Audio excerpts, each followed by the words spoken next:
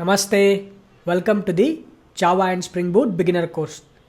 Previous ವಿಡಿಯೋದಲ್ಲಿ ನಾವು REST A P Is ಬಗ್ಗೆ ಡಿಸ್ಕಸ್ ಮಾಡ್ತಾ ಇದ್ವಿ. ರೆಸ್ಟ್ ಎ ಪಿ ಐದಲ್ಲಿ ನಾವು ಯಾವ ರೀತಿ ಎ ಪಿ ಐ ಎಂಡ್ ಪಾಯಿಂಟ್ಸ್ನ ಕ್ರಿಯೇಟ್ ಮಾಡ್ತೀವಿ, ಅದೇ ರೀತಿ ಕ್ಲೈಂಟಿಂದ ಸರ್ವರಿಗೆ ನಾವು ಡೇಟಾನ ಯಾವ ರೀತಿ ಪಾಸ್ ಮಾಡ್ತೀವಿ, ಆ ರೀತಿ ಪಾಸ್ ಮಾಡಬೇಕಂದ್ರೆ ಯಾವುದೆಲ್ಲ ಅನೋಟೇಷನ್ಸ್ನ ಯೂಸ್ ಮಾಡ್ತೀವಿ ಅಂತೆಲ್ಲ ಡಿಸ್ಕಸ್ ಮಾಡಿದ್ವಿ. ವೆರಿ ಇಂಪಾರ್ಟೆಂಟ್ ವೀಡಿಯೋಸ್ ಅದೆಲ್ಲ. ನೀವು ಈ ವಿಡಿಯೋನ ಕಂಟಿನ್ಯೂ ಮಾಡ್ತಾ ಇದ್ದೀರಾ ಅಂತಂದರೆ ಪ್ರೀವಿಯಸ್ ವಿಡಿಯೋನ ಫಸ್ಟು ವಾಚ್ ಮಾಡೋದು ಬೆಟರ್ ಅನಿಸುತ್ತೆ. ಯಾಕಂದರೆ ಈ ವಿಡಿಯೋ ಪ್ರೀವಿಯಸ್ ವೀಡಿಯೋಸ್ಗೆಲ್ಲ ಲಿಂಕ್ ಇರುತ್ತೆ. ಆದ್ದರಿಂದ ಪ್ರೀವಿಯಸ್ ವೀಡಿಯೋಸ್ನ ಮಿಸ್ ಮಾಡಿದ್ದೀರಾ ಅಂತಂದರೆ ಡಿಸ್ಕ್ರಿಪ್ಷನ್ ಸೆಕ್ಷನಲ್ಲಿ ಆ ವೀಡಿಯೋಸ್ ಲಿಂಕ್ ಕೊಟ್ಟಿರ್ತೀನಿ. ಫಸ್ಟ್ ಆ ವೀಡಿಯೋಸ್ನ ವಾಚ್ ಮಾಡಿರಿ. ಹಾಗಾದರೆ ನಮಗೆ ಒಂದು ರೆಸ್ಟ್ ಎ ಪಿ ಐಸ್ನ ಕ್ರಿಯೇಟ್ ಮಾಡೋದಕ್ಕೆ ಏನು ಬೇಸಿಕ್ ಫಂಡಮೆಂಟಲ್ಸ್ ಏನು ಬೇಕಾಗಿತ್ತಲ್ಲ ಅದನ್ನೆಲ್ಲ ಕಲ್ತಿದ್ದೀವಿ ನಾವು. ನೆಕ್ಸ್ಟ್ ಏನು ಮಾಡೋಣ, ಎ ಪಿ ಐಸ್ನ ನಾವು ಡೇಟಾಬೇಸ್ ಜೊತೆಗೆ ಯಾವ ರೀತಿ ಕನೆಕ್ಟ್ ಮಾಡ್ಬೋದು. ಒಂದು ಸ್ಪ್ರಿಂಗ್ ರೆಸ್ಟ್ ಎ ಪಿ ಐನ ಕ್ರಿಯೇಟ್ ಮಾಡ್ತಿದ್ವಿ ಅಂತಂದರೆ ಡೇಟಾಬೇಸ್ ಜೊತೆಗೆ ಯಾವ ರೀತಿ ಕನೆಕ್ಟ್ ಮಾಡ್ಬೋದು ಅಂತ ಡಿಸ್ಕಸ್ ಮಾಡೋಣ. ಬಟ್ ಅದಕ್ಕಿಂತ ಡಿಸ್ಕಸ್ ಮಾಡೋಕ್ಕಿಂತ ಮುಂಚೆ ಕೆಲವೊಂದು ಬೆಸ್ಟ್ ಪ್ರಾಕ್ಟೀಸಸ್ ಇದೆ, ಅದನ್ನು ಫಸ್ಟ್ ಡಿಸ್ಕಸ್ ಮಾಡೋಣ. ಅಂದರೆ ನಾವೊಂದು ರೆಸ್ಟ್ ಎ ಪಿ ಐಸ್ನ ಕ್ರಿಯೇಟ್ ಮಾಡ್ತಿದ್ದೀವಿ ಅಂತಂದರೆ ಕೆಲವೊಂದು ಬೆಸ್ಟ್ ಪ್ರಾಕ್ಟೀಸಸ್ನ ಇಂಡಸ್ಟ್ರಿಯಲ್ಲಿ ಯೂಸ್ ಮಾಡ್ತೀವಿ. ಆ ಬೆಸ್ಟ್ ಪ್ರಾಕ್ಟೀಸಸ್ ಏನು ಅದನ್ನು ಅರ್ಥ ಮಾಡ್ಕೊಳ್ಳೋಣ. ಬೆಸ್ಟ್ ಪ್ರಾಕ್ಟೀಸಸ್ ತಿಳ್ಕೊಳ್ಳೋದು ತುಂಬ ಇಂಪಾರ್ಟೆಂಟು. ಏನಕ್ಕೆ ಅಂತಂದರೆ ನೀವು ಇಂಟರ್ವ್ಯೂಸ್ಗೆ ಹೋದಾಗ ಅಲ್ಲೆಲ್ಲ ಕೇಳ್ತಾ ಇರ್ತಾರೆ. ಓಕೆನಾ, ನೀವು ಬರೆಯೋ ಒಂದು ಕೋಡಿಂಗ್ ಸ್ಟೈಲಲ್ಲೇ ಅವರು ಅರ್ಥ ಮಾಡ್ಕೊಳ್ತಾರೆ, ವೆದರ್ ನೀವು ಎಕ್ಸ್ಪೀರಿಯನ್ಸ್ ಇದಿರೋ ಅಥವಾ ನಿಮಗೆ ಅದ್ರ ಬಗ್ಗೆ ನಾಲೆಡ್ಜ್ ಇದೆಯೋ ಇಲ್ಲೋ ಅಂತೇಳಿ. ಸೊ ಅದಕ್ಕೋಸ್ಕರ ಬೆಸ್ಟ್ ಪ್ರಾಕ್ಟೀಸಸ್ ಆಲ್ವೇಸ್ ಕಲಿಬೇಕು. ಇದೊಂದೇ ಅಂತಲ್ಲ, ಯಾವುದೇ ಒಂದು ಪ್ರೋಗ್ರಾಮಿಂಗ್ ಲ್ಯಾಂಗ್ವೇಜಲ್ಲಿ ಆಗಿರ್ಬೋದು, ಯಾವುದೇ ಒಂದು ಕಾನ್ಸೆಪ್ಟಲ್ಲಿ ಆಗಿರ್ಬೋದು, ಬೆಸ್ಟ್ ಪ್ರಾಕ್ಟೀಸಸ್ ಅಂತ ಬಂದಾಗ ಅದನ್ನು ನಾವು ನೀಟಾಗಿ ಕಲಿಬೇಕು. ಯಾಕಂದರೆ ಅದು ನಮ್ಮ ಒಂದು ಕೆರಿಯರಲ್ಲಿ ಅಡಾಪ್ಟ್ ಮಾಡ್ತಾ ಹೋದ್ವಿ ಅಂತಂದರೆ ನಮ್ಮ ಕೆರಿಯರ್ ಕೂಡ ತುಂಬ ಗ್ರೋ ಆಗ್ತಾ ಹೋಗುತ್ತೆ. ಅದರಿಂದ we will learn a lot of ಥಿಂಗ್ಸ್ನ ಕಲಿತೀವಿ ನಾವು. ಸೊ ಹಾಗಾದರೆ ರೆಸ್ಟ್ ಎ ಪಿ ಎಸ್ನ ಕ್ರಿಯೇಟ್ ಮಾಡಬೇಕಾದ್ರೆ ಯಾವುದೆಲ್ಲ ಬೆಸ್ಟ್ ಪ್ರಾಕ್ಟೀಸಸ್ನ ಯೂಸ್ ಮಾಡ್ತೀವಿ ಫಸ್ಟು ಅರ್ಥ ಮಾಡ್ಕೊಳ್ಳೋಣ. ಮೊದಲನೇ ಬೆಸ್ಟ್ ಪ್ರಾಕ್ಟೀಸ್ ಏನಪ್ಪ ಅಂತಂದರೆ ರಿಸೋರ್ಸ್ ಐಡೆಂಟಿಫಿಕೇಷನ್. ನಾವು ರಿಸೋರ್ಸ್ನ ಐಡೆಂಟಿಫೈ ಮಾಡಬೇಕು. ಬಿಕಾಸ್ ರೆಸ್ಟ್ ಎ ಪಿ ಐಲಿ ಒಂದು ಬೇಸಿಕ್ ಫಂಡಮೆಂಟಲ್ ಕಾನ್ಸೆಪ್ಟ್ ಏನಪ್ಪ ಅಂತಂದರೆ identifying the resources. For example, ನಾವೀಗ ಯಾವುದೋ ಒಂದು ಎಂಪ್ಲಾಯಿ ಮ್ಯಾನೇಜ್ಮೆಂಟ್ ಅಪ್ಲಿಕೇಶನ್ನ ಕ್ರಿಯೇಟ್ ಮಾಡ್ತಾ ಇದ್ದೀವಿ ಅಂತ ಇಟ್ಕೊಳ್ಳಿ. Okay, employee management A P ಐನ ಕ್ರಿಯೇಟ್ ಮಾಡ್ತಾ ಇದ್ದೀವಿ. Okay, employee management A P I create ಮಾಡ್ತಾ ಇದ್ದೀವಿ. ಓಕೆ, ಈ ಒಂದು ಎ ಪಿ ಐನ ಕ್ರಿಯೇಟ್ ಮಾಡಬೇಕಾದ್ರೆ ಯಾವುದೆಲ್ಲ ರಿಸೋರ್ಸಸ್ ಬರುತ್ತೆ ಫಸ್ಟು ನಾವು ಐಡೆಂಟಿಫೈ ಮಾಡಬೇಕು. ಫಾರ್ ಎಕ್ಸಾಂಪಲ್, ಒಂದು ಎಂಪ್ಲಾಯಿ ಮ್ಯಾನೇಜ್ಮೆಂಟ್ನ ಕ್ರಿಯೇಟ್ ಮಾಡಬೇಕಾದ್ರೆ ಬೇಸಿಕ್ಕಾಗಿ ಯಾವ ರಿಸೋರ್ಸ್ ಬರುತ್ತೆ? Employee, right? ಸೊ ಬಿಕಾಸ್ ನಾವು ಎಂಪ್ಲಾಯಿನ ಕ್ರಿಯೇಟ್ ಮಾಡ್ತಾ ಇದ್ದೀವಿ, ಅದಕ್ಕೆ ಎಂಪ್ಲಾಯಿ ಮ್ಯಾನೇಜ್ಮೆಂಟ್ನ ಕ್ರಿಯೇಟ್ ಮಾಡ್ತಿದ್ದೀವಿ. ಅದಕ್ಕೆ ಫಸ್ಟ್ ರಿಸೋರ್ಸ್ ನಾವು ಯಾವಾಗಲೂ ಯೂಸ್ ಮಾಡೋದೇ ಎಂಪ್ಲಾಯಿ. ಓಕೆ, ಎಂಪ್ಲಾಯಿ ಅನ್ನೋದಿಲ್ಲಿ ಒಂದು ರಿಸೋರ್ಸ್. ಓಕೆನಾ? ಸೊ ಈ ಎಂಪ್ಲಾಯಿ ನಾವು ಯಾವ ರೀತಿ ಐಡೆಂಟಿಫೈ ಮಾಡ್ತಿದ್ವಿ? ಈ ಎಂಪ್ಲಾಯ್ನ ನೌನಿಂದ. ಇಂಗ್ಲೀಷಲ್ಲಿ ನಾವು ಗ್ರಾಮರಲ್ಲಿ ನೌನ್ಸ್ ಎಲ್ಲ ಓದಿರ್ತೀವಿ, ಹೌದಾ? ಸೊ ನೌನ್ ಅಂದರೆ ಜಸ್ಟ್ ಎ ನೇಮ್ ಆಗಿರ್ಬೋದು, ಆ ಥಿಂಗ್ ಆಗಿರ್ಬೋದು, ಏನಾದರೂ ನಾವು ಅದನ್ನು ನೌನ್ ಅಂತ ಕರಿತೀವಿ. ಅದೇ ರೀತಿ ನಾವು ಒಂದು ರೆಸ್ಟ್ ಎ ಪಿ ಐಸ್ನ ಕ್ರಿಯೇಟ್ ಮಾಡಬೇಕಾದ್ರೆ ರಿಸೋರ್ಸಸ್ನ ನೌನಿಂದ ಐಡೆಂಟಿಫೈ ಮಾಡ್ತೀವಿ. ಫಾರ್ ಎಕ್ಸಾಂಪಲ್, ಎಂಪ್ಲಾಯಿಗೆ ನಾವು ಎಂಪ್ಲಾಯಿ ಅಂತ ರಿಸೋರ್ಸ್ನ ಐಡೆಂಟಿಫೈ ಮಾಡ್ತೀವಿ. ಅದೇ ರೀತಿ ಎಂಪ್ಲಾಯಿ ಜೊತೆಗೆ ಡಿಪಾರ್ಟ್ಮೆಂಟ್ ಇರುತ್ತೆ. ಸೊ ಡಿಪಾರ್ಟ್ಮೆಂಟ್ ಅನ್ನೋದು ಕೂಡ ಇಲ್ಲಿ ಒಂದು ರಿಸೋರ್ಸ್. Okay, department. ಅದೇ ರೀತಿ ಮತ್ತು ಯಾವ್ದು ಬರುತ್ತೆ? For example, address. ಪ್ರತಿಯೊಬ್ಬ ಎಂಪ್ಲಾಯಿಗೂ ಒಂದು ಅಡ್ರೆಸ್ ಅಂತ ಇರುತ್ತೆ. ಓಕೆ, ಹೋಮ್ ಅಡ್ರೆಸ್ ಆಗಿರ್ಬೋದು, ಆಫೀಸ್ ಅಡ್ರೆಸ್ ಆಗಿರ್ಬೋದು. ಓಕೆ, ಸೊ ಇದೆಲ್ಲ ಇಲ್ಲಿ ಏನು ರಿಸೋರ್ಸಸ್. ಈ ರಿಸೋರ್ಸ್ನೆಲ್ಲ ನಾನು ನೌನ್ಸಿಂದ ಐಡೆಂಟಿಫೈ ಮಾಡ್ತಾ ಇದ್ದೀನಿ. ಸುಮ್ಮನೆ ನಾವಿಲ್ಲಿ ಎಂಪ್ಲಾಯಿ ಒಂದು ರಿಸೋರ್ಸ್ನ ಕ್ರಿಯೇಟ್ ಮಾಡ್ತಿದ್ವಿ ಅಂತಂದರೆ ಪರ್ಸನ್ ಅಂತ ಕ್ರಿಯೇಟ್ ಮಾಡಲಿಕ್ಕಾಗಲ್ಲ. Because person doesn't make any sense ಅಲ್ವಾ ಈ ಒಂದು ಮ್ಯಾನೇಜ್ಮೆಂಟಲ್ಲಿ. ಸೊ ಅದಕ್ಕೋಸ್ಕರ ನಾವು ಯಾವಾಗಲೂ ಒಂದು ನೌನ್ ಏನು ಇಂಗ್ಲೀಷಲ್ಲಿ ನಾವು ನೌನ್ಸ್ ಗ್ರಾಮರ್ ಓದ್ಬೇಕಾದ್ರೆ ಕಲ್ತಿರ್ತೀವಲ್ಲ, ಆ ಒಂದು ನೌನ್ನ ಕಾನ್ಸೆಪ್ಟ್ನ ತಲೆಯಲ್ಲಿ ಇಟ್ಕೊಂಡು ನಾವು ರಿಸೋರ್ಸಸ್ನ ಐಡೆಂಟಿಫೈ ಮಾಡ್ತೀವಿ. ಎಂಪ್ಲಾಯಿ, ಡಿಪಾರ್ಟ್ಮೆಂಟ್, ಅಡ್ರೆಸ್, ಅದೇ ರೀತಿ ಮತ್ತು ಬೇರೆ ಬೇರೆ ಏನು ಇನ್ಫಾರ್ಮೇಷನ್ನ ಏನೇನು ರಿಸೋರ್ಸಸ್ನ ಐಡೆಂಟಿಫೈ ಮಾಡ್ತೀವಲ್ಲ ಅದನ್ನೆಲ್ಲ ನಾವು ಒಂದು ನೌನ್ಸಿಂದ ಐಡೆಂಟಿಫೈ ಮಾಡ್ತೀವಿ. ಓಕೆ, ಫಸ್ಟು ರಿಸೋರ್ಸಸ್ನ ಐಡೆಂಟಿಫೈ ಮಾಡಿದ್ವಿ. So this is the very first step. Okay, ರಿಸೋರ್ಸಸ್ನ ಐಡೆಂಟಿಫೈ ಮಾಡಿದ ಮೇಲೆ ಆ ಪ್ರತಿಯೊಂದು ರಿಸೋರ್ಸಸ್ಸಿಗೂ ನಾವು ಏನು ಎಕ್ಸ್ಪೋಸ್ ಮಾಡ್ತೀವಿ? ಯು ಆರ್ ಐ ಪಾತ್ಸ್ನ ಎಕ್ಸ್ಪೋಸ್ ಮಾಡ್ತೀವಿ. Okay, U R I path ಇರುತ್ತೆ. ಪ್ರತಿಯೊಂದು ರಿಸೋರ್ಸಸ್ಸಿಗೂ ಒಂದು ಯು ಆರ್ ಐ ಪಾತ್ ಇರುತ್ತೆ, right? So U R I ಪಾತ್ನ ನಾವು ಕೊಡಬೇಕಾದ್ರೆ ಯಾವಾಗಲೂ always we have to use the plurals. Employee ರಿಸೋರ್ಸಸ್ಸಿಗೆ ನಾವು ಒಂದು U R I path create ಮಾಡ್ತಿದ್ದೀವಿ ಅಂತ ಅಂದಾಗ ಜಸ್ಟ್ ಎಂಪ್ಲಾಯಿ ಅಂತ ಕ್ರಿಯೇಟ್ ಮಾಡಿದರೆ it doesn't make any sense. Because employee ಒಬ್ಬನೇ ಇರಲ್ಲ, ಮಲ್ಟಿಪಲ್ ಎಂಪ್ಲಾಯೀಸ್ ಇರ್ತಾರೆ. So always we have to use the employees. ಅದೇ ರೀತಿ ಡಿಪಾರ್ಟ್ಮೆಂಟ್ಸ್, ಅದೇ ರೀತಿ ಅಡ್ರೆಸಸ್, ಅದೇ ರೀತಿ ಫಾರ್ ಎಕ್ಸಾಂಪಲ್ ನಾವೀಗ ಒಂದು ಸ್ಟೂಡೆಂಟ್ ಮ್ಯಾನೇಜ್ಮೆಂಟ್ನ ಕ್ರಿಯೇಟ್ ಮಾಡ್ತಿದ್ದೀವಿ ಅಂತಂದರೆ ಸ್ಟೂಡೆಂಟ್ಸ್, ಅದರಲ್ಲಿ ಟೀಚರ್ಸ್ ಬರ್ತಾರೆ, ರೈಟ್? ಅದೇ ರೀತಿ ಪ್ರಿನ್ಸಿಪಲ್ಸ್. ಸೊ ಈ ರೀತಿ ನಾವು ನೇಮಿಂಗ್ ಕನ್ವೆನ್ಷನ್ಸ್ನ ಯೂಸ್ ಮಾಡಬೇಕಾಗುತ್ತೆ.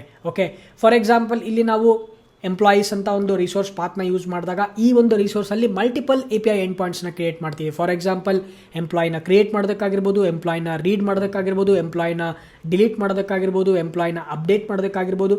ಅದಕ್ಕೆಲ್ಲ ನಾವು ಪ್ರಾಪರ್ HTTP ಮೆಥಡ್ಸ್ನ ಯೂಸ್ ಮಾಡಬೇಕಾಗುತ್ತೆ. ಯಾವಾಗಲೂ ನಾವು ರಿಸೋರ್ಸಸ್ನ ಕ್ರಿಯೇಟ್ ಮಾಡ್ತಿದ್ದೀವಿ ಅಂತಂದರೆ ಪೋಸ್ಟ್ HTTP ಅನ್ನೋ ಮೆಥಡ್ಸ್ನ ಯೂಸ್ ಮಾಡ್ತೀವಿ. ನಾವು ಯಾವಾಗಲಾದರೂ ಡೇಟಾನ ರಿಟ್ರೀವ್ ಮಾಡ್ತಾ ಇದ್ದೀವಿ ಅಂತಂದರೆ ಗೆಟ್ HTTP ಮೆಥಡ್ಸ್ನ ಯೂಸ್ ಮಾಡ್ತೀವಿ. ರಿಸೋರ್ಸ್ನ ಅಪ್ಡೇಟ್ ಮಾಡ್ತಿದ್ದೀವಿ ಅಂತಂದರೆ ಪುಟ್ ಯೂಸ್ ಮಾಡ್ತೀವಿ ಅಥವಾ ಪ್ಯಾಚ್ನ ಯೂಸ್ ಮಾಡ್ತೀವಿ. ಅದೇ ರೀತಿ ನಾವು ಒಂದು ರಿಸೋರ್ಸ್ನ ಡಿಲೀಟ್ ಮಾಡ್ತಿದ್ದೀವಿ ಅಂತಂದರೆ ಡಿಲೀಟ್ HTTP ಮೆಥಡ್ಸ್ನ ಯೂಸ್ ಮಾಡ್ತೀವಿ. ರೈಟ್. ಸೊ ಒಂದ್ಸಲ ನಾವು ಒಂದು ರಿಸೋರ್ಸಸ್ನ ಕ್ರಿಯೇಟ್ ಮಾಡಿದ ಮೇಲೆ, ಅಂದರೆ ಒಂದು ರಿಸೋರ್ಸಸ್ನ ಐಡೆಂಟಿಫೈ ಮಾಡಿದ ಮೇಲೆ ಆ ರಿಸೋರ್ಸಲ್ಲಿ ಮಲ್ಟಿಪಲ್ ಎಂಡ್ ಪಾಯಿಂಟ್ಸ್ ಇರುತ್ತೆ, ಮಲ್ಟಿಪಲ್ URI ಪಾತ್ಸ್ ಬರುತ್ತೆ ಆ ಒಂದು ಅಂಡರ್ ರಿಸೋರ್ಸಸಲ್ಲಿ. ಸೊ ಅದನ್ನು ನಾವು ಕ್ರಿಯೇಟ್ ಮಾಡಬೇಕಂತಂದರೆ, ಫಾರ್ ಎಕ್ಸಾಂಪಲ್ ಈಗ ಒಬ್ಬ ಎಂಪ್ಲಾಯಿನ ಕ್ರಿಯೇಟ್ ಮಾಡ್ತಿದ್ವಿ ಅಂತಂದರೆ URI ಪಾತು /employees ಅಂತ ಕ್ರಿಯೇಟ್ ಮಾಡ್ತೀವಿ. ಸೊ ಇಷ್ಟು /employees ಕ್ರಿಯೇಟ್ ಮಾಡಿದ್ರೆ ಆಟೋಮೆಟಿಕಲಿ ಗೊತ್ತಾಗುತ್ತೆ ನಾವು ಎಂಪ್ಲಾಯೀಸ್ ರಿಸೋರ್ಸಸ್ನ ಕ್ರಿಯೇಟ್ ಮಾಡ್ತಿದ್ದೀವಿ ಅಂತೇಳಿ. ಮತ್ತೆ ನಾವು ಅದಕ್ಕೆ ಇನ್ನೊಂದು ಸಲ /create ಅಂತ ಕೊಡೋ ಅವಶ್ಯಕತೆ ಇಲ್ಲ. Employees /create it doesn't make any sense, because post request ಮಾಡ್ತಾ ಇದ್ದೀವಿ /employeesಗೆ ಅಂತಂದರೆ ಅದರ ಅರ್ಥ ನಾವು ಒಂದು ರಿಸೋರ್ಸ್ನ ಕ್ರಿಯೇಟ್ ಮಾಡ್ತಿದ್ದೀವಿ ಅಂತಲೇ ಅರ್ಥ. ಅದೇ ರೀತಿ ಗೆಟ್ /employees ನಾವು ರಿಸೋರ್ಸ್ ಪಾತ್ನ ಕ್ರಿಯೇಟ್ ಮಾಡಿದ್ದೀವಿ ಅಂತಂದರೆ ಅದರ ಅರ್ಥ ನಾವು ರೀಡ್ ಮಾಡ್ತಾ ಇದ್ದೀವಿ ಅಂತ ಅರ್ಥ. ಮತ್ತೆ /get ಅಂತ ಕೊಡೋ ಅವಶ್ಯಕತೆ ಇಲ್ಲ ಅಥವಾ /read ಅಂತ ಕೊಡೋ ಅವಶ್ಯಕತೆಯೇ ಇಲ್ಲ.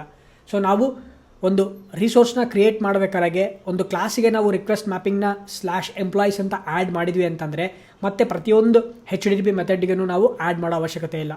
ನೆಸೆಸಿಟಿ ಇದ್ದರೆ ಮಾತ್ರ ಆ್ಯಡ್ ಮಾಡಬೇಕು. ಇಲ್ಲಿ ನಾವು ಬರೀ ಒಂದು CRUD ಆಪರೇಷನ್ ಮಾಡ್ತಾ ಇದೀವಪ್ಪ ಒಂದು ರಿಸೋರ್ಸ್ ಮೇಲೆ ಅಂತಂದಾಗ ಪ್ರತಿ ಸಲ ನಾವು /employees /read /employees /create /employees /delete ಅಂತ ಮಾಡೋದು ಅವಶ್ಯಕತೆ ಇಲ್ಲ.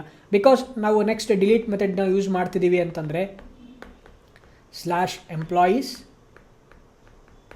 ಎಂಪ್ಲಾಯಿನ ID-ನ ಪಾಸ್ ಮಾಡಿದರೆ, ಎಂಪ್ಲಾಯಿ ID-ನ ಪಾಸ್ ಮಾಡಿದರೆ ಎನಫ್ ಅದು. ಓಕೆನಾ, ಆಟೋಮೆಟಿಕಲಿ ನಾವು ರಿಸೋರ್ಸಸ್ನ ಡಿಲೀಟ್ ಮಾಡ್ತಾ ಇದ್ದೀವಿ. ನಾವು ಎಕ್ಸ್ಪ್ಲಿಸಿಟ್ ಆಗಿ /delete /10 ಅಂತ ಕಳಿಸೋ ಅವಶ್ಯಕತೆ ಇರೋದಿಲ್ಲ. Okay, so these are the best practices. ಇದ್ರ ಜೊತೆಗೇ ನಾವು ಆಲ್ವೇಸ್ ನಾನು ಮುಂಚೆಗೆ ಹೇಳ್ದಂಗೆ we have to use the plurals. ನಾವು ಪ್ಲೂರಲ್ಸ್ನ ಯೂಸ್ ಮಾಡಬೇಕು. ನಾನು ಎಷ್ಟೋ ಜನ ನೋಡಿರ್ತೀನಿ, ಎಷ್ಟೊಂದು ಜನ ಏನು ಕ್ರಿಯೇಟ್ ಮಾಡಿರ್ತಾರೆ ಅಂದರೆ ಗೆಟ್ ಎಂಪ್ಲಾಯೀಸು, ಫೆಚ್ ಎಂಪ್ಲಾಯೀಸು, ಆ ರೀತಿ ಮೆಥಡ್ ನೇಮ್ಸ್ನ ನೀವು ಯಾವ ರೀತಿ ಬೇಕಾದರೂ ಕೊಡಿ, ಬಟ್ ರಿಸೋರ್ಸ್ ಪಾತ್ನ ಯಾವಾಗಲೂ ಪ್ಲೂರಲ್ಸಲ್ಲೇ ಇರಬೇಕು. ಅದು ಎಲ್ಲ ಸ್ಮಾಲ್ ಕೇಸಲ್ಲೇ ಇರಬೇಕು. ಕೆಲವೊಬ್ಬರು ಏನು ಮಾಡ್ತಾರೆ ಅಂತಂದರೆ /get employees ಅಂತ ಬರೀತಾರೆ. No, we should never write this is not a good practice. Okay, ಯಾವಾಗಲೂ ನಾವು ಪ್ಲೂರಲ್ಸ್ನ ಯೂಸ್ ಮಾಡಬೇಕು, ಸ್ಮಾಲ್ ಕೇಸಲ್ಲಿರಬೇಕು. ರಿಸೋರ್ಸಸ್ನ ಕ್ರಿಯೇಟ್ ಮಾಡಬೇಕಾದ್ರೆ, ಐಡೆಂಟಿಫಿಕೇಷನ್ ಮಾಡಬೇಕಾದ್ರೆ this is the first thing. Second thing, always use a proper HTTP ಮೆಥಡ್ಸ್ನ ಪ್ರಾಪರಾಗಿ ಯೂಸ್ ಮಾಡಬೇಕು ನಾವು. ಅದೇ ರೀತಿ ಯಾವಾಗಲಾದರೂ ಒಂದು ರಿಸೋರ್ಸ್ನ ನಾವು ಅಪ್ಡೇಟ್ ಮಾಡ್ತಿದ್ದೀವಿ, ಹಾಗೆಯೇ ನಾವು ಡಿಲೀಟ್ ಮಾಡ್ತಿದ್ದೀವಿ ಅಂತಂದರೆ ಆಲ್ವೇಸ್ ಯೂಸ್ ಪಾತ್ ವೇರಿಯಬಲ್. ಅಲ್ಲಿ ಪಾತ್ ವೇರಿಯಬಲ್ನ ಯೂಸ್ ಮಾಡಿರಿ. ಇನ್ಸ್ಟೆಡ್ ಆಫ್ ರಿಕ್ವೆಸ್ಟ್ ಪ್ಯಾರಮ್ ನಾವು ಡೇಟಾನ ಪಾಸ್ ಮಾಡಬೇಕು ಕ್ಲೈಂಟಿಂದ ಸರ್ವರಿಗೆ. ಅವಾಗ ಆಲ್ವೇಸ್ ಯೂಸ್ ಫಾರ್ ಎಕ್ಸಾಂಪಲ್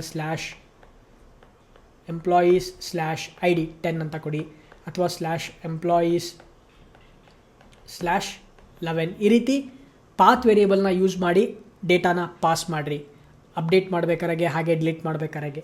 ಅದೇ ರೀತಿ ಯಾವಾಗಲಾದರೂ ನೀವು ಸರ್ಚಿಂಗ್ ಮಾಡ್ತಿದ್ದೀರಾ ಅಥವಾ ಫಿಲ್ಟರ್ ಮಾಡ್ತಾ ಇದ್ದೀರಾ ರೆಕಾರ್ಡ್ಸ್ನ, ಅಥವಾ ಸಾರ್ಟ್ ಮಾಡ್ತಾ ಇದ್ದೀರಾ ಅಂತಂದರೆ ಆಲ್ವೇಸ್ ಯೂಸ್ ಕ್ವೆರಿ ಪ್ಯಾರಮ್ಸ್. ಅಲ್ಲಿ ಕ್ವೆರಿ ಪ್ಯಾರಮ್ಸ್ನ ಯೂಸ್ ಮಾಡಿರಿ. For example sort = ascending order. So ನೋಡಿದವರಿಗೆ ಈಸಿಯಾಗಿ ಗೊತ್ತಾಗುತ್ತೆ we are sorting it in the ascending order. ಅದೇ ರೀತಿ ಫಿಲ್ಟರ್ ಮಾಡ್ತಾ ಇದ್ದೀರಾ ಅಂತಂದರೆ ಯೂಸಿಂಗ್ ನೇಮ್ ಫಿಲ್ಟರ್ ಮಾಡ್ತಿದ್ದೀರಾ ಅಂತಂದರೆ ನೇಮ್ = ಭೂಷಣ್. ಈ ರೀತಿ ಸರ್ಚಿಂಗು, ಸಾರ್ಟಿಂಗು ಅಲ್ಲೆಲ್ಲ ನೀವೇನು ಯೂಸ್ ಮಾಡಿ ಅಂತಂದರೆ ಕ್ವೆರಿ ಪ್ಯಾರಮ್ಸ್ನ ಯೂಸ್ ಮಾಡಿರಿ. ಬೇರೆ ಅಪ್ಡೇಟು ಮತ್ತು ಡಿಲೀಟಲ್ಲಿ ಪಾತ್ ವೇರಿಯೇಬಲ್ಸ್ನ ಯೂಸ್ ಮಾಡಿರಿ. ಓಕೆ, ನೆಕ್ಸ್ಟು ಅದೇ ರೀತಿ this is the third tip. ಅದಾದಮೇಲೆ ನೆಕ್ಸ್ಟ್, ಯಾವಾಗಲೂ ನಾವು APIsನ ಕ್ರಿಯೇಟ್ ಮಾಡ್ತಾ ಇದ್ದೀವಿ ಅಂತಂದರೆ ಆಲ್ವೇಸ್ ಯೂಸ್ API ಕೀವರ್ಡ್ನ ನೀವು ನಿಮ್ಮ URI ಪಾತಲ್ಲಿ ಯೂಸ್ ಮಾಡಿ. ಫಾರ್ ಎಕ್ಸಾಂಪಲ್ ನಾನು ಎಷ್ಟೋ ಜನ ನೋಡಿರ್ತೀನಿ APIsನ ಕ್ರಿಯೇಟ್ ಮಾಡ್ಬೇಕಾದ್ರೆ ಡೈರೆಕ್ಟಾಗಿ /employees ಅಂತ ಕ್ರಿಯೇಟ್ ಮಾಡ್ತಾರೆ. ಓಕೆ, ಸೊ ಈ ಥರ ಮಾಡೋದ್ರ ಬದಲು /API /employees ಅಂತ ಕ್ರಿಯೇಟ್ ಮಾಡಿರಿ. ಸೊ ಅವಾಗ ಆ URL ನೋಡಿದ ತಕ್ಷಣ ಗೊತ್ತಾಗುತ್ತೆ we are exposing an API, ಒಂದು APIನ ಎಕ್ಸ್ಪೋಸ್ ಮಾಡ್ತಿದ್ದೀವಿ ಅಂತ ಗೊತ್ತಾಗುತ್ತೆ. So always use the API prepend ಮಾಡಿರಿ APIನ. ಓಕೆ, ಅದಾದಮೇಲೆ APIsನ ಕ್ರಿಯೇಟ್ ಮಾಡಬೇಕಾದ್ರೆ ವರ್ಷನಿಂಗ್ನ ಯೂಸ್ ಮಾಡಿರಿ. ಫಾರ್ ಎಕ್ಸಾಂಪಲ್ ನಾವು ಒಂದು ಅಪ್ಲಿಕೇಶನ್ನ ಕ್ರಿಯೇಟ್ ಮಾಡ್ತಿದ್ವಿ ಅಂತಂದರೆ over a period of time iterate ಮಾಡ್ತಾ ಹೋಗ್ತೀವಿ. ಒಂದ್ಸಲ ಅಪ್ಲಿಕೇಶನ್ನ ಡೆವಲಪ್ ಮಾಡಿ ಬಿಟ್ಬಿಡಲ್ಲ. ನಾಳೆ ರಿಕ್ವೈರ್ಮೆಂಟ್ ಬರುತ್ತೆ ಅಥವಾ ರಿಕ್ವೈರ್ಮೆಂಟ್ ಏನೋ ಚೇಂಜ್ ಆಗುತ್ತೆ, ಆವಾಗ ನಾವು ಆ ಒಂದು APIsನ ಅಪ್ಡೇಟ್ ಮಾಡ್ತೀವಿ. ಸೊ ಅದಕ್ಕೆ ನಾವು ಪ್ರತಿ ಸಲ ಅಪ್ಡೇಟ್ ಮಾಡಬೇಕಾದ್ರೆ ವರ್ಷನ್ಸ್ನ ಚೇಂಜ್ ಮಾಡ್ತಾ ಹೋಗ್ರಿ. ಇನಿಷಿಯಲಿ ನಾವು APIsನ ಕ್ರಿಯೇಟ್ ಮಾಡಬೇಕಾದ್ರೆ /API/1.0 ಇರುತ್ತೆ version. Okay, for example employees. In ಫ್ಯೂಚರಲ್ಲಿ ನಾವೇನೋ ಮಾಡಿಫಿಕೇಷನ್ಸ್ ಮಾಡ್ತೀವಿ ಎಂಪ್ಲಾಯಿ ರಿಸೋರ್ಸಸ್ ಮೇಲೆ, ಅವಾಗ ಬೇರೆ APIನ ಕ್ರಿಯೇಟ್ ಮಾಡಬೇಕಾದ್ರೆ ಅಥವಾ ಆ APIನ ಅಪ್ಡೇಟ್ ಮಾಡಿದ ಮೇಲೆ ವರ್ಷನ್ 1.1 ಅಂತ ಮಾಡಿ. ಸೊ ಅವಾಗ ನಿಮಗೆ ಗೊತ್ತಾಗುತ್ತೆ ಓಕೆ ಎಷ್ಟು ಇಟರೇಷನ್ಸ್ನ ನಾವು ಮಾಡಿದ್ದೀವಿ, ಓಕೆನಾ, ಇದು ಎಷ್ಟನೇ ವರ್ಷನ್ ಆಫ್ APIನ ನಾವು ಕ್ರಿಯೇಟ್ ಮಾಡ್ತಿದ್ದೀವಿ ಅಂತೇಳಿ. ಸೊ ಈ ರೀತಿ ವರ್ಷನ್ಸ್ನ ಆ್ಯಡ್ ಮಾಡೋದನ್ನು ಮಿಸ್ ಮಾಡಬೇಡ್ರಿ. This is also A very best practice. Okay, ಅದಾದಮೇಲೆ ನೆಕ್ಸ್ಟು ರಿಸೋರ್ಸ್ ಐಡೆಂಟಿಫಿಕೇಷನ್ ಮಾಡೋದಾಯಿತು. ಅದಕ್ಕೆ ನಾವು ಯಾವ ರೀತಿ ನೇಮಿಂಗ್ ಕನ್ವೆನ್ಷನ್ಸ್ನ ಕೊಡಬೇಕು ಅಂತ ಡಿಸ್ಕಸ್ ಮಾಡಿದ್ವಿ. ಅದೇ ರೀತಿ ವರ್ಷನಿಂಗ್ ಮಾಡೋದು ಯಾವ ರೀತಿ, ಅದೇ ರೀತಿ APIನ ಆ್ಯಡ್ ಮಾಡಬೇಕು, ಕ್ವೆರಿ ಪಾರಮ್ಸ್ ಎಲ್ಲಿ ಯೂಸ್ ಮಾಡಬೇಕು, HTTP ಮೆಥಡ್ಸ್ನ ಯೂಸ್ ಮಾಡಬೇಕು, ಇದೆಲ್ಲ ಕಲ್ತ್ವಿ. ಅದಾದಮೇಲೆ ನಾವು APIsನ ಕ್ರಿಯೇಟ್ ಮಾಡಬೇಕಾದ್ರೆ ಬೇರೆ ಜಸ್ಟ್ ಒಂದು ರಿಸೋರ್ಸಿನ APIನ ಕ್ರಿಯೇಟ್ ಮಾಡೋದಿಲ್ಲ, ನಾವು ಮಲ್ಟಿಪಲ್ APIsನ ಕ್ರಿಯೇಟ್ ಮಾಡ್ತಾ ಇರ್ತೀವಿ. ಆವಾಗ ಮಲ್ಟಿಪಲ್ APIsಗಳಲ್ಲಿ ಒಂದಕ್ಕೊಂದು ರಿಲೇಷನ್ಶಿಪ್ ಇರುತ್ತೆ. ಫಾರ್ ಎಕ್ಸಾಂಪಲ್ ನೀವು ಒಂದು ಇ-ಕಾಮರ್ಸ್ ಅಪ್ಲಿಕೇಶನ್ ಕ್ರಿಯೇಟ್ ಮಾಡ್ತಿದ್ದೀರಾ ಅಂತಂದರೆ ಪ್ರಾಡಕ್ಟ್, ಓಕೆ, ಪ್ರಾಡಕ್ಟು, ಅದೇ ರೀತಿ ಆರ್ಡರ್, ಅದೇ ರೀತಿ ಕಸ್ಟಮರ್. ಸೊ ಇದೆಲ್ಲ ಒಂದಕ್ಕೊಂದು ರಿಲೇಷನ್ಶಿಪ್ ಇರುತ್ತೆ. ಹೌದಾ, ಕಸ್ಟಮರು ಆರ್ಡರ್ ಮಾಡ್ತಾನೆ ಪ್ರಾಡಕ್ಟ್, ಪ್ರತಿಯೊಬ್ಬ ಕಸ್ಟಮರು ಒಂದು ಪ್ರಾಡಕ್ಟ್ನ ವ್ಯೂ ಮಾಡ್ತಾನೆ. ಸೊ ಈ ರೀತಿ ಒಂದಕ್ಕೊಂದು ರಿಲೇಷನ್ಶಿಪ್ ಇರುತ್ತೆ. ಈ ರೀತಿ ನಾವು ಮಾಡಬೇಕಾದ್ರೆ ನಾವು ಒಂದು ಸಬ್ ರಿಸೋರ್ಸ್ನ ನಾವೇನಾದರೂ ಐಡೆಂಟಿಫೈ ಮಾಡ್ತಾ ಇದ್ದೀವಿ ಅಂತಂದಾಗ ರಿಲೇಷನ್ಶಿಪ್ನ ಯೂಸ್ ಮಾಡಬೇಕು URI. ಫಾರ್ ಎಕ್ಸಾಂಪಲ್ ನಾವು ಯಾವುದೋ ಒಬ್ಬ ಕಸ್ಟಮರಿನ ಆರ್ಡರ್ಸ್ನ ವ್ಯೂ ಮಾಡ್ತಾ ಇರ್ತೀವಿ. ಸೊ ಆವಾಗ ನಾವು URI ಪಾತ್ನ ಯಾವ ರೀತಿ ಕ್ರಿಯೇಟ್ ಮಾಡಬೇಕಪ್ಪ ಅಂತಂದರೆ ಕಸ್ಟಮರ್ಸ್ / ಯಾವ ಕಸ್ಟಮರ್ನ ಆರ್ಡರ್ ನೀವು ವ್ಯೂ ಮಾಡ್ತಾ ಇದ್ದೀರಾ, ಫಾರ್ ಎಕ್ಸಾಂಪಲ್ 10, ಆ ಕಸ್ಟಮರಿನ ID. ಅದಾದಮೇಲೆ ಆ ಕಸ್ಟಮರಿನ ಆರ್ಡರ್ಸ್ನ ವ್ಯೂ ಮಾಡ್ತಾ ಇದ್ದೀವಿ. So orders. ಈ ರೀತಿ ನಾವು ಒಂದು APIನ ಜನ್ರೇಟ್ ಮಾಡಬೇಕು. ಈ ರೀತಿ ನಾವು ಒಂದು ರಿಸೋರ್ಸ್ ಪಾತ್ನ ಕ್ರಿಯೇಟ್ ಮಾಡಬೇಕು. ಸೊ ಅವಾಗ ಬೇರೆ ಯಾರಿಗೆ ಒಬ್ಬರು ನೋಡಿದ್ರು, ಫಾರ್ ಎಕ್ಸಾಂಪಲ್ ಇದು ಗೆಟ್ ಮೆಥಡ್ ಅಂತಿದ್ರೆ ಬೇರೆ ಯಾರೇ ಒಬ್ಬರು ನೋಡಿದ್ರು ಅದನ್ನು ಈಸಿಯಾಗಿ ಗೊತ್ತಾಗುತ್ತೆ. ಓಕೆ, ಕಸ್ಟಮರ್ 10ನ ಆರ್ಡರ್ಸ್ನ ನಾವು ವ್ಯೂ ಮಾಡ್ತಾ ಇದ್ದೀವಿ. ಓಕೆ, ಅಥವಾ ನಾವು ಯಾವುದೋ ಒಂದು ಸ್ಪೆಸಿಫಿಕ್ ಆರ್ಡರ್ನ ವ್ಯೂ ಮಾಡ್ತಾ ಇದ್ದೀವಿ ಅಂತಂದಾಗ /6. ಓಕೆ, ಯೂಸರ್ ಎಷ್ಟೊಂದು ಆರ್ಡರ್ ಮಾಡಿರ್ತಾನೆ, ಅದರಲ್ಲಿ 6 ಆರ್ಡರ್ನ ಅಂದರೆ 6th ID ಇರೋ ಆರ್ಡರ್ನ ನಾವು ವ್ಯೂ ಮಾಡ್ತಾ ಇದ್ದೀವಿ. ಕಸ್ಟಮರ್ 10 ಯಾರಿದಾರಲ್ಲ ಅವ್ರ ಆರ್ಡರ್ಸ್ನ ವ್ಯೂ ಮಾಡ್ತಾ ಇದ್ದಾರೆ. ಎಲ್ಲ ಆರ್ಡರ್ಸ್ನ ವ್ಯೂ ಮಾಡೋದ್ರ ಬದಲು ಸ್ಪೆಸಿಫಿಕ್ ಆರ್ಡರ್ನ ವ್ಯೂ ಮಾಡ್ತಾ ಇದ್ದಾರೆ. ಅದಕ್ಕೆ ನಾವು ಈ ರೀತಿ ಒಂದು URI ಪಾತ್ನ ಜನ್ರೇಟ್ ಮಾಡ್ತಾ ಹೋಗ್ತೀವಿ. These are all best practices. ಇದನ್ನೆಲ್ಲ ನೀವು ಅಡಾಪ್ಟ್ ಮಾಡ್ತಾ ಹೋದ್ರಿ ಅಂತಂದರೆ ಯು ವಿಲ್ ನಿಮಗೆ ಕೂಡ ಅದರದ್ದು ಪ್ರಾಕ್ಟೀಸಸ್ ಗೊತ್ತಾಗ್ತಾ ಹೋಗುತ್ತೆ. ನಾಳೆ ದಿನ ಯಾರಾದರೂ ಕೇಳಿದಾಗ, ಯಾರಾದರೂ ಒಬ್ಬರು ನಿಮ್ಮ ಕೋಡ್ನ ವ್ಯೂ ಮಾಡಿದಾಗ ಗೊತ್ತಾಗುತ್ತೆ ನೀವು ಎಷ್ಟು ಚೆನ್ನಾಗಿ ಈ ಕಾನ್ಸೆಪ್ಟ್ನ ಅರ್ಥ ಮಾಡ್ಕೊಂಡಿದ್ದೀರಾ ಅಂತೇಳಿ. ಓಕೆ, ಅದಾದಮೇಲೆ ನೆಕ್ಸ್ಟ್ ನಾವು ಹೇಳ್ದಂಗೆ ನೌನ್ಸ್ ಎಲ್ಲ ಯೂಸ್ ಮಾಡಬೇಕು. ಸಿಂಗ್ಯುಲರ್ ಯೂಸ್ ಮಾಡಬಾರ್ದು, ಯಾವಾಗಲೂ ನಾವು ಪ್ಲೂರಲ್ಸ್ನ ಯೂಸ್ ಮಾಡಬೇಕು. ಅದಾದಮೇಲೆ ನೆಕ್ಸ್ಟು ಮತ್ತು ಯಾವ್ದು ಬೆಸ್ಟ್ ಪ್ರಾಕ್ಟೀಸಸ್ ಇದೆ, ಲೆಟ್ ಮಿ ಥಿಂಕ್. ಓಕೆ, ಹಾಗೆಯೇ ಒಂದು ಸಲ ನೀವು ರೆಸ್ಪಾನ್ಸಸ್ನ ಕಳಿಸ್ಬೇಕಾದ್ರೆ make sure that always send a proper HTTP status code. HTTP status code ಕಳಿಸೋದಿಲ್ಲ, ದಟ್ ಈಸ್ ವೆರಿ ಇಂಪಾರ್ಟೆಂಟ್. ಅದನ್ನು ಯಾವಾಗಲೂ ಮಿಸ್ ಮಾಡಬೇಡ್ರಿ. ನಾನು ಎಷ್ಟೋ ಸಲ ನೋಡಿದ್ದೀನಿ ರಿಸೋರ್ಸಸ್ನ ಕ್ರಿಯೇಟ್ ಮಾಡಿರ್ತಾರೆ. ಓಕೆ, ನಾವು ಒಂದ್ಸಲ ರಿಸೋರ್ಸಸ್ಸು ಕ್ರಿಯೇಟ್ ಆದಮೇಲೆ ನಾವೇನು ಕಳಿಸಿರ್ತೀವಿ 200 ಅಂತ ಕಳಿಸಿರ್ತೀವಿ. No, this is not a good practice. The good practice ಏನಪ್ಪ ಅಂತಂದರೆ 201 ನಾವು ಸೆಂಡ್ ಮಾಡಬೇಕು. ಸೊ ಅವಾಗ ಗೊತ್ತಾಗುತ್ತೆ ನಮಗೆ ರಿಸೋರ್ಸಸ್ಸು ಕ್ರಿಯೇಟ್ ಆಗಿದೆ ಅಂತ, ರೈಟ್? ಅದೇ ರೀತಿ ನಾವೇನಾದರೂ ಡಿಲೀಟ್ ಮಾಡಿದ ಮೇಲೆ ನೋ ಕಂಟೆಂಟ್, ನಾವೇನೂ ರಿಟರ್ನ್ ಮಾಡೋದಿಲ್ಲ ಯೂಸರಿಗೆ, ಆವಾಗ 409. ಓಕೆ, ಈ ರೀತಿ ನಾವು ಸ್ಟೇಟಸ್ ಕೋಡ್ನ ಕಳಿಸ್ಬೇಕು. ಅಥವಾ ಏನು ಕಂಟೆಂಟ್ ಇರಲಿಲ್ಲ, ನಾಟ್ ಫೌಂಡ್ ಇತ್ತು ಅಂತಂದರೆ 404 ಅಂತ ಕಳಿಸ್ಬೇಕು. ಇಂಟರ್ನಲ್ ಸರ್ವರ್ ಏನಾದರೂ ಇತ್ತು ಅಂತಂದರೆ 500 ಅಂತ ಕಳಿಸ್ಬೇಕು. ಅದೇ ರೀತಿ ಏನಾದರೂ ಅನ್ಅಥರೈಸ್ಡ್ ಇತ್ತು ಅಂತಂದರೆ 401. ಅದೇ ರೀತಿ ಏನಾದರೂ ಬ್ಯಾಡ್ ರಿಕ್ವೆಸ್ಟ್ ಕಳಿಸಿದ್ವಿ ಅಂತಂದರೆ 400. ಈ ರೀತಿ ನಾವು ಸ್ಪೆಸಿಫಿಕ್ HTTP ಸ್ಟೇಟಸ್ ಕೋಡ್ನ ಕಳಿಸ್ಬೇಕು. ಎಷ್ಟೋ ಸಲ HTTP ಸ್ಟೇಟಸ್ ಕೋಡಿಂದನೇ ನಾವು ಫ್ರಂಟ್ ಎಂಡ್ ಅಪ್ಲಿಕೇಶನಲ್ಲಿ ನಾವು ಆ ಒಂದು ಎರರ್ ಮೆಸೇಜಸ್ನ ಡಿಸ್ಪ್ಲೇ ಮಾಡ್ತಾ ಇರ್ತೀವಿ. ಸೊ ಅದಕ್ಕೋಸ್ಕರ ನೀವು ರೆಸ್ಪಾನ್ಸ್ ರಿಟರ್ನ್ ಮಾಡೋದಕ್ಕಿಂತ ಹೆಚ್ಚು ಕಾನ್ಸಂಟ್ರೇಟ್ ಏನು ಮಾಡಬೇಕಪ್ಪ ಅಂತಂದರೆ ಯಾವ ರೀತಿ ಸ್ಟೇಟಸ್ ಕೋಡ್ನ ನಾವು ರಿಟರ್ನ್ ಮಾಡ್ತಾ ಇದ್ದೀವಿ. ಯಾಕಂದರೆ ಸ್ಟೇಟಸ್ ಕೋಡಿಂದನೇ ಎಷ್ಟೋ ಸಲ ಯಾರು ಕನ್ಸ್ಯೂಮ್ ಮಾಡ್ತಿರ್ತಾರಲ್ಲ ಅವರಿಗೆ ಅದರದ್ದು ಆನ್ಸರ್ ಸಿಕ್ಬಿಡುತ್ತೆ. ಸೊ ಅದಕ್ಕೋಸ್ಕರ ಸ್ಟೇಟಸ್ ಕೋಡ್ನ ಆಲ್ವೇಸ್ ಕರೆಕ್ಟಾಗಿರೋ ಸ್ಟೇಟಸ್ ಕೋಡ್ನ ಕಳಿಸ್ತಾ ಹೋಗ್ರಿ. ಓಕೆ, ಹಾಗಾದರೆ ನಮಗೆ ನೆಸೆಸಿಟಿ ಬೇಕಾಗಿರುವಂಥ ಒಂದು ಅಪ್ಲಿಕೇಶನ್ನ ಕ್ರಿಯೇಟ್ ಮಾಡೋದಕ್ಕೆ ಯಾವೆಲ್ಲ ಬೆಸ್ಟ್ ಪ್ರಾಕ್ಟೀಸಸ್ ಬೇಕಲ್ಲ ಅದನ್ನೆಲ್ಲ ಕಲ್ತಿದ್ದೀವಿ. ಅಫ್ಕೋರ್ಸ್ ಇಷ್ಟೇ ಅಲ್ಲ, ಇನ್ನು ಎಷ್ಟೊಂದು ಬೆಸ್ಟ್ ಪ್ರಾಕ್ಟೀಸಸ್ ಇದೆ. ಥ್ರೂಔಟ್ ದ ಕೋರ್ಸ್ ಕಲಿತಾ ಹೋಗೋಣ. ನನಗೆ ಈಗ ನೆನಪಾಗಿರೋಷ್ಟು ಬೆಸ್ಟ್ ಪ್ರಾಕ್ಟೀಸಸ್ನ ಹೇಳಿದ್ದೀನಿ. ಹಾಗೆಯೇ ಮತ್ತೆ ನೆನಪಾದಾಗ ನಾನು ಕೋರ್ಸ್ ಕಂಟಿನ್ಯೂ ಮಾಡಬೇಕಾಗಿ ಹೇಳ್ತಾ ಹೋಗ್ತೀನಿ. ಹಾಗಾದರೆ ನೆಕ್ಸ್ಟ್ ವೀಡಿಯೋದಲ್ಲಿ ನಾವು ನಮ್ಮ REST API ಅಪ್ಲಿಕೇಶನ್ನ ನಾವು ಡೇಟಾಬೇಸ್ ಜೊತೆಗೆ ಕನೆಕ್ಟ್ ಮಾಡೋಣ.